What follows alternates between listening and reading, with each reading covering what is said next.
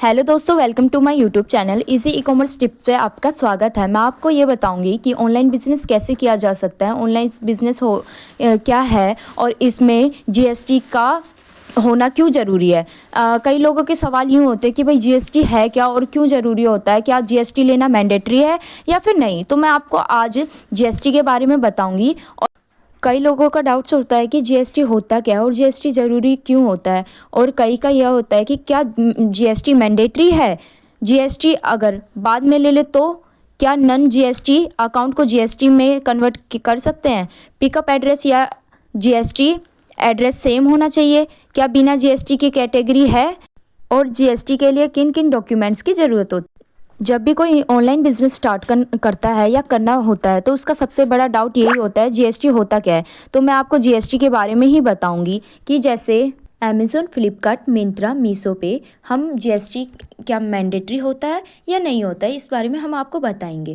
कि जैसे अमेज़ोन, फ्लिपकार्ट, मीशो वगैरह पे होता है, इन पे जीएसटी की ज़रूरत होती है कि नहीं होती है।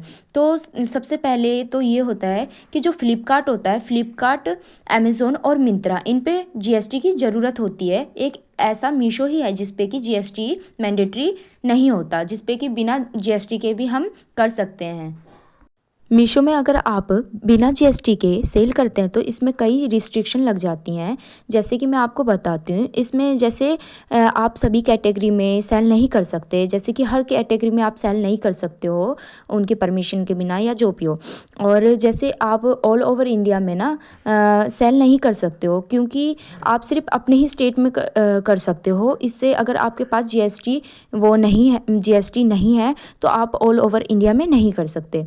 और जो मीशो होते हैं, मीशो जो आपके प्रोमोशनल एड्स होते हैं, उसमें प्रोमोशनल एड्स होते हैं जिसके बेनिफिट्स आपको मिलते हैं। पर अगर आपके पास जीएसटी नहीं है तो आप उसके एड्स के बेनिफिट्स नहीं उठा सकते हैं। और जितना भी मीशो के एडवांस टूल्स होते हैं ना, उसमें एडवांस टूल्स होते हैं, उसके एक्सेस आपको नहीं दिए जाएंगे।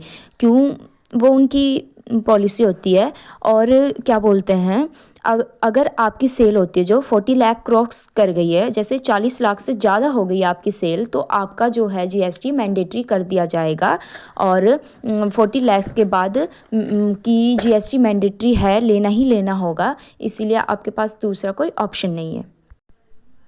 अगर आप एक स्टूडेंट हैं या फिर आप बिज़नेस स्टार्ट करना चाहते हैं और आप ये सोचते हैं कि हम बाद में जीएसटी ले लेंगे, अभी बिना जीएसटी के ही स्टार्ट कर देते हैं, और अगर आप स्टूडेंट हैं, अपने पैरों पे खड़ा होना चाहिए, तो आपके बजट के अकॉर्डिंग आप देखोगे कि भाई अगर आपको अच्छा ऑनलाइन बिज़नेस चाहिए, तो अगर आपको फ्यूचर में भी उसका वो है, मतलब लाभ उठाना है, तो फ्यूचर में भी आपको बेनिफिट चाहिए, तो आप क्या करोगे, आप जैसे कि अभी बिना जीएसटी के कर लोगे और बाद में जीएसटी ऐड कर लोगे। पर कैसे जीएसटी ऐड करोगे, ये मैं आपको बताती हूँ। जीएसटी सेम नंबर के साथ आप न्यू अकाउंट वो कर सकते हो, ओपन कर सकते हो, और जो आपकी पैन कार्ड होगा वो सेम होगा, और जो फ़ोन नंबर है और मेल आईडी है उसको आपको चेंज करनी पड़ेगी। और कई लोग ये सोचते हैं कि जब जीएसटी ओपन करवानी पड़ती है तो उसके लिए 10 से 15 हज़ार लगते हैं, ऐसा कुछ लोग सोचते हैं। बट ऐसा कुछ नहीं है। जब मैंने स्टार्ट करा था, मैंने सिर्फ 1000 से 1500 में स्टार्ट कर दिया था, और अब के टाइम पे जो अभी का टाइम है उस पर शायद 2000 से या 2000 से 5000 के बीच में आप जीएसटी ओपन करवा सकते हो। अगर आपको कोई आपका सीए या कोई और यूँ कहता है कि भाई उसके ज़्यादा पैसे लगते हैं, 10-15 हज़ार लगते हैं, या आपसे ज़्यादा मांगता है, तो ये इसका मतलब है कि वो आपके साथ फ्रॉड कर रहा है। ऐसा कुछ नहीं होता, वो आपको सिर्फ उल्लू बना रहा है। अब हम बात करेंगे कि जीएसटी के लिए किन किन डॉक्यूमेंट्स की रिक्वायरमेंट होती है। सबसे पहला होता है आधार कार्ड। आधार कार्ड बहुत ही ज़रूरी होता है जीएसटी के लिए, उसकी फ़ोटोकॉपी आप सबमिट करवा सकते हैं।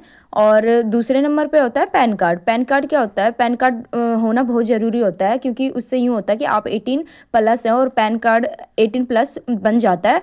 तो अगर आपका नहीं है तो बनवा लो, और है तो बहुत अच्छी बात है। पासपोर्ट साइज फ़ोटो की भी बहुत रिक्वायरमेंट होती है।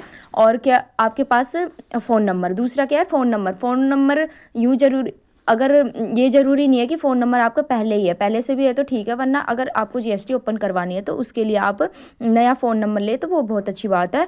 और मेल आईडी अगर आपकी पुरानी मेल आईडी हो तो इससे बढ़िया है कि आप नई मेल आईडी बना लो। नई मेल आईडी बनाने से सही रहेगा, क्योंकि खोने वगैरह का भी डर नहीं रहेगा, और नई मेल आईडी से आपको ज़्यादा दिक्कत भी नहीं होगी। और एड्रेस प्रूफ क्या होता है, जैसे कि अगर जैसे आप किसी घर में रह रहे हो तो उसके अगर आपका खुद का घर है तो उसका रेंट एग्रीमेंट आप दे सकते हो।